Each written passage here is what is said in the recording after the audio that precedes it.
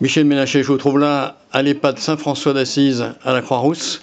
Vous êtes en compagnie de deux connaissances, Gilbert Four, avec qui vous avez fait vos études, et Paul Gravillon, un journaliste qui a eu l'occasion de vous chroniquer dans Le Progrès.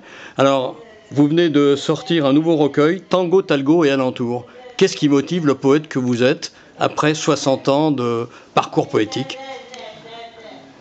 Il y a beaucoup de choses qui me motivent en poésie parce que je m'émerveille chaque jour D'être vivant? d'être vivant, exactement. Je m'émerveille chaque jour d'être vivant.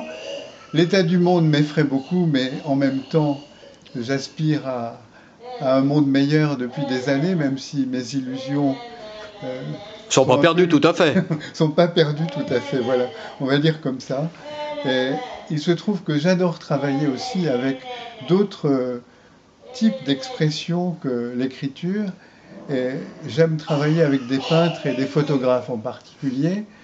Donc le livre que vous avez entre les mains, Tango Talgo, est un livre que j'ai publié avec un photographe, Didier Devos, d'origine belge, que je connais depuis une trentaine d'années, avec qui nous avons fait déjà plusieurs ouvrages.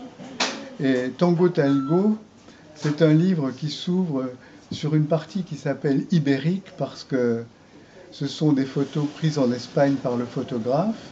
Et nous avons travaillé comme ça en alternance, en utilisant Internet comme moyen d'échange, puisque je n'habite plus à Annecy où il est resté. Et il m'envoie des photos, j'écris sur ces photos quand j'en ai envie, je lui envoie les textes, parfois le jour même, parfois 3 à 4 jours après, parfois 2 mois après, enfin voilà. On n'a pas d'objectif précis au départ, et puis de temps en temps ça devient un livre, voilà. Alors, Talgo, c'est le train justement qui mène en Espagne, mais tango, c'est aussi, alors peut-être que vous ne l'avez pas fait exprès, c'est le tango, on peut dire le tango argentin, et là-dedans, il y a Ouais. quelques réminiscences familiales. Ah, on peut dire qu'il y a des réminiscences familiales, mais elles sont très lointaines parce que, effectivement, j'ai un grand-père qui est originaire de l'Empire ottoman, il est né à Constantinople, et comme beaucoup de juifs d'Orient, il a tenté d'avoir une vie peut-être plus facile ailleurs. Donc il a testé la France, il a testé l'Espagne, il a testé l'Argentine, et il est devenu citoyen français en 1927, et malheureusement, avec l'occupation, il a perdu sa nationalité française, et il a été déporté, exterminé à Auschwitz. Et si je parle de lui, c'est parce que c'est sans doute l'histoire de ce grand-père et de ma famille en général qui a suffisamment créé chez moi le besoin de m'exprimer, de porter une mémoire qui n'avait pas été transmise. Donc, dans un des livres que j'ai fait qui s'appelle Istanbul, Kilim des 7 collines, j'imagine 7 lettres que mon grand-père m'aurait écrites la dernière année de sa vie, entre 43 et 44, parce que j'étais né, mais je n'étais pas près de lui. Et ces lettres-là me racontent en gros sa vie, qu'il me transmet.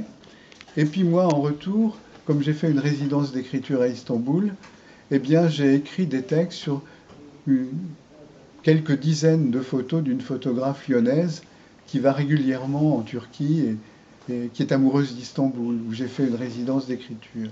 On parlait de mémoire, mais de réminiscence, de mémoire, mais mémoire qui tient à votre nom même, parce que vous l'avez découvert en allant en Israël, Voilà, il y a une effectivement. 70 ans. Voilà, mon nom, Michel Ménassé, mon nom d'état civil, c'est un nom judéo-espagnol, avec la prononciation judéo-espagnole, et c'est un nom biblique. On dit la tribu des Manassés ou des Ménassés.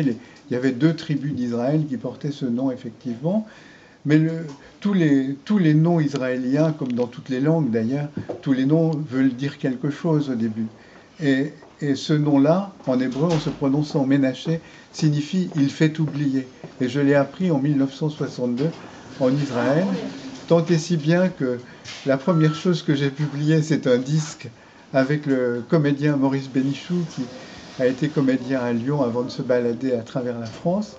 Et Maurice Bénichou a enregistré 8 de mes poèmes, et on avait intitulé le disque Bénichou dit Ménaché. Voilà. Bénichou, c'est fils de Ichou, fils de Jésus, et donc Ichou, c'est le nom hébreu de Jésus.